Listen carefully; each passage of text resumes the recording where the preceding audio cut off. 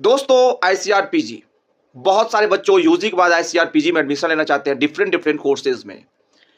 पर उनका एक से लेकर 4 राउंड के तक के अंदर में कहीं पर भी उन्हें अलॉटमेंट देखने को नहीं मिलती है। उसके अलग अलग रीजन हो सकते हैं, पर उन सभी के बाद एक आईसीआर मॉपअप राउंड की काउंसलिंग करवाती है, जिस काउंसलिंग में बहुत सारे सीटें वैकेंट रहती है। अगर 2024 आईसीआर यूजी की बात की जाए तो अप्रॉक्स 1100 सीट वैकेंट थी। तो ये बहुत बड़ी अपॉर्चुनिटी रहती है कि जिन भी बच्चों को 1 to 4th राउंड में सीट अलॉटमेंट नहीं होती है, वो अपनी मॉपअप राउंड में पार्टिसिपेट कर सकते हैं। तो चलिए वीडियो की शुरुआत करते हैं। नमस्ते, मैं हूं आदित्य और फिलहाल मैं स्कॉश कश्मीर से अपनी डिग्री कंप्लीट कर रहा हूं। एंड मैं आप सभी लोगों के लिए आईसीआर अपडेट्स के साथ साथ किसी भी state agriculture examination and CUET related update लेकर आते रहता हूं। तो अगर अभी तक आप मुझे को सब्सक्राइब नहीं किए हैं तो सब्सक्राइब कर लेंगे, साथ ही साथ अपने दोस्तों के साथ भी शेयर करेंगे। टारगेट है कि मेरे इस वीडियो के बाद 1000 सब्सक्राइबर कंप्लीट हो जाएंगे। गाइस, सबसे पहली बात कि आईसीआर मॉपअप राउंड होती क्या है। ऐसी राउंड जो आईसीआर कंडक्ट करवाती है after 1 to 4th round complete होने के बाद। अगर इसमें बात की जाए तो इसमें फ्रेश चॉइस फिलिंग होती है, जो कि आपको एक बार फिर से करना होगा। तो आज की इस यूट्यूब वीडियो में मैं बात कर लेता हूं कि आईसीआर मॉपअप राउंड के पीजी वाले स्टूडेंट के लिए रूल्स, इसके रेगुलेशंस एंड साथ ही साथ एलिजिबिलिटी क्राइटेरिया क्या क्या रहने वाली है।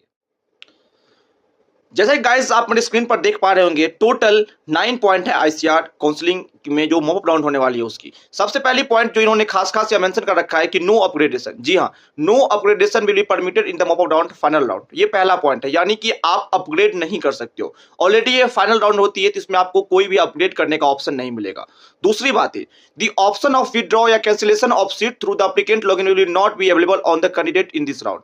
मतलब कि आप इस राउंड में अगर एडमिशन ले रहे हो तो आपको कोई भी सीट कैंसिल करने का या विड्रॉ करने का ऑप्शन नहीं देखने को मिलेगा। बाकी जो सीट एक्सेप्टेंस की रिफंड पॉलिसी है उसके लिए उन्होंने लिंक दे रखा है, उसे आप जाकर एक बार पढ़ लेंगे, जो कि आईसीआर के पीजी ब्राउचर पे अवेलेबल है।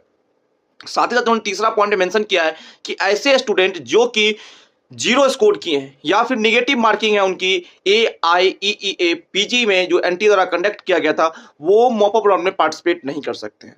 चौथा पॉइंट उन्होंने रखा है कि the candidate who already stand admitted और withdraw denied admission on the ground that they did not meet the prescribed requirement in the previous round are not allowed to participate in the mop up round. देखिएगा, चौथा point ध्यान देने वाली बात है कि ऐसे बच्चे जिनको कि एडमिशन मिल गया था या फिर उन्होंने एडमिशन को विथड्रॉ कर लिया, फिर एडमिशन नहीं लिया अलॉटमेंट होने के बाद, तो ऐसे बच्चे जो है वो मॉपअप राउंड में पार्टिसिपेट नहीं कर सकते हैं। पर इसमें बात कुछ ध्यान दीजिएगा। सबसे पहला बात कि अगर आपको किसी भी राउंड में अलॉटमेंट मिली है और आपने अपना डॉक्यूमेंट वेरिफिकेशन नहीं करवाया है या फिर जो सीट एक्सेप्टेंस फी है वो जमा नहीं किया है, तो आप मॉपअप राउंड में पार्टिसिपेट कर सकते हैं। साथ ही साथ अगर आपके किसी भी राउंड में डॉक्यूमेंट रिजेक्ट हो गए हैं तो according to UG 2024 ICAR UG में देखने को मिला है कि वो बच्चे मॉपअप राउंड में पार्टिसिपेट किए हैं एंड उनको अलॉटमेंट देखने को मिल गई थी। तो आप भी अगर किसी बच्चे का डॉक्यूमेंट रिजेक्ट हो गया है तो आप मॉपअप राउंड में पार्टिसिपेट कर सकते हो। पांचवा पॉइंट उन्होंने रखा है कि अगर किसी भी स्टूडेंट जो अपना किसी भी कारणवश से फर्स्ट राउंड में काउंसलिंग में पार्टिसिपेट नहीं कर पाए थे, वो बच्चे एक बार फिर से 500 रुपया फी देकर मॉपअप राउंड में पार्टिसिपेट कर सकते हैं।